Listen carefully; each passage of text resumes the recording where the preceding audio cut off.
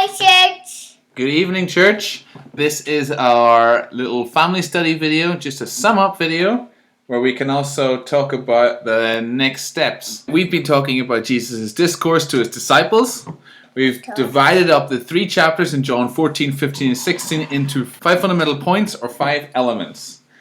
And Tommy remembered a verse for each one, and today is the big test. Are you ready for it? Mm-hmm. Are you ready for your test? Can you remember the 5 verses? Yeah? So here was the first point. Jesus has said, if you're going to have joy and peace and strength, you need to know who I really am. He said, I am one with the Father. Do you remember what he said? Yeah? What are you going to say? I am in the Father?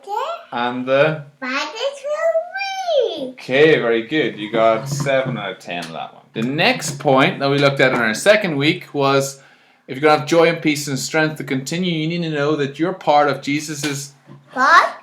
plan to bring you to himself. Thomas asks a question in chapter 14 of John. Now, you can't answer and drink your juice. Come here. Okay, I'll give this back to you when you get all the right answers. Jesus says, I'm coming back for you.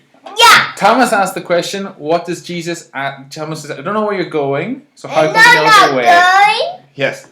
And what does Jesus say? I am the Way, truth and life. Yes! Very Yes. good. Yes. Third week is about the mysterious person of the Holy Spirit, how Jesus is with us even now through the ministry of the Holy Spirit. Here Jesus says, I will not leave you as orphans. I will Come to you. Very good. I come Now to the last 2 weeks down here is all about I come to you. things that he's commanded I us to come do to you. in order that we experience him more. More. One was about putting your love into action. What did he say? Abide. And my love. Abide in my love. Keep my commandments, will abide in my love. And then finally about prayer. Ask. And my name. Yes, ask in my name. We didn't get these 2 mixed up. Very good. So, if you're wondering how this all comes together, if you want 1 point, 1 point. if you want 1 point to remember all these 5 points, how they all come together, it's this, that we live with God. God lives with us. All of these combine to remind us that Jesus says, even though I'm not visibly with you, where'd you go? You live still with God, and therefore you can have strength and the peace to keep going on. Alright, we have a little illustration, Tommy. Remember this?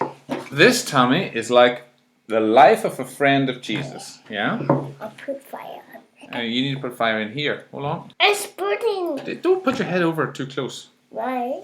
That's warm? Yeah. We didn't burn your eyelashes. That's good. Oh, dramatic effect. So, Jesus is saying, keep looking over here. I'm going to be in you. In you. Yeah, so just like this light lights up this glass, Jesus is going to be in us, the Holy Spirit, through the Holy Spirit.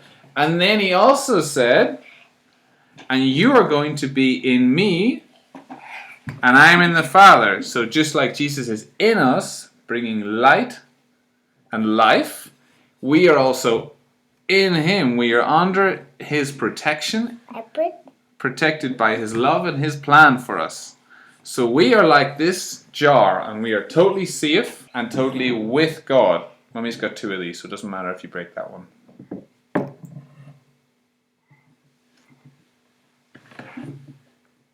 Okay, so there it is. Jesus said, you are in me, I am in you, and I am in my Father. And so we are like this kind of decorative glass. That Jesus is with us. Okay, now for just to finish this this video with a little bit of a forecast of what's happening. And I have a little diagram of the calendar of the next few months just behind me. You'll see that at the moment through the TBT we are moving through the Gospels. We had a pause for the past 2 months in John 14, 15 and 16, and now we've begun again to creep forward. We've moved into John 17 this week. We've been trying to get those old booklet marks to you, and also we've been mentioning this on the weekly email just to keep you up to date with what we as a church, hopefully together, are reading during the week. And so this is our TPT. We're moving through the Gospels. As I say, it's looking like we will finish the Gospels towards the end of the summer, which means the next step will be Genesis. We'll begin again through the Bible. We've covered Acts and a lot of the epistles in many of the previous lessons and readings through the Bible up to this date. So we thought as an eldership it would be a good time to begin again in Genesis and to move through the Bible. Last time it's taken us 6 or 7 years to get to this point. Let's see how long it takes us as a church to move through the Bible, beginning again in September. Anyway, this is when we're beginning in Genesis. We're hoping things in September, end of summer, beginning of the autumn, will have calmed down a little bit, that it will be a lot more feasible and comfortable for us to meet again in Stubstrasse. And at this time, we are hoping that this will be a good moment to begin again the children's ministry on Sunday. And so a new start will hopefully coincide very nicely with the beginning of Genesis. Because as I trust was already very clear, what we're teaching the kids is hopefully what you've been reading and learning as a family and as individuals at home in your own time. And so what's happening between now and the restart in terms of the children's ministry? Well, these little dots are just to reference the emailed lesson that happens every week. This is simply support material for the readings, the Through the Bible Together readings. They give a little bit of a historical background. They help you tie the readings together, see what is the reading really teaching, gives you a focus.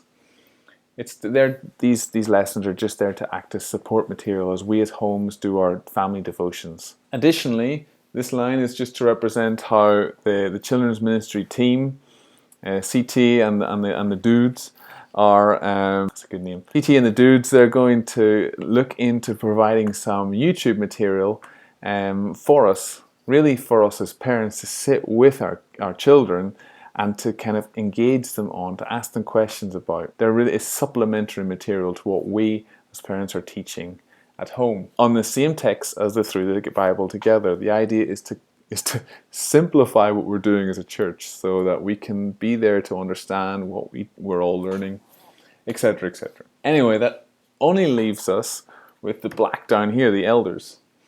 Now, when we begin in September as a children's ministry and begin teaching on Sunday and these things, we want to begin again with a new focus. It's really an old focus, but a refreshed, renewed intent on what we see as a more biblical approach to children's ministry. I'm not giving anything away, not too many details yet, but it's going to involve a change in our culture. It's going to involve a different way how we as a church see the raising up and the teaching of the next generation.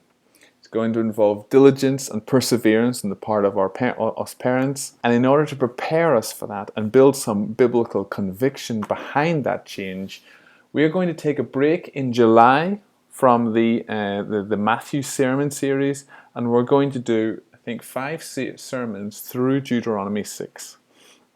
That will hopefully explain, let's say, some of the changes that are happening and help get some, as I say, biblical conviction from all of us. I hope that's helpful. I'm sure we'll be adjusting this plan because nobody knows what's really going to happen, but this is our intention. But yeah, thank you for watching these videos, all your encouraging words. I only hope that they've been equipping and helpful for you, and we will see where we go from here.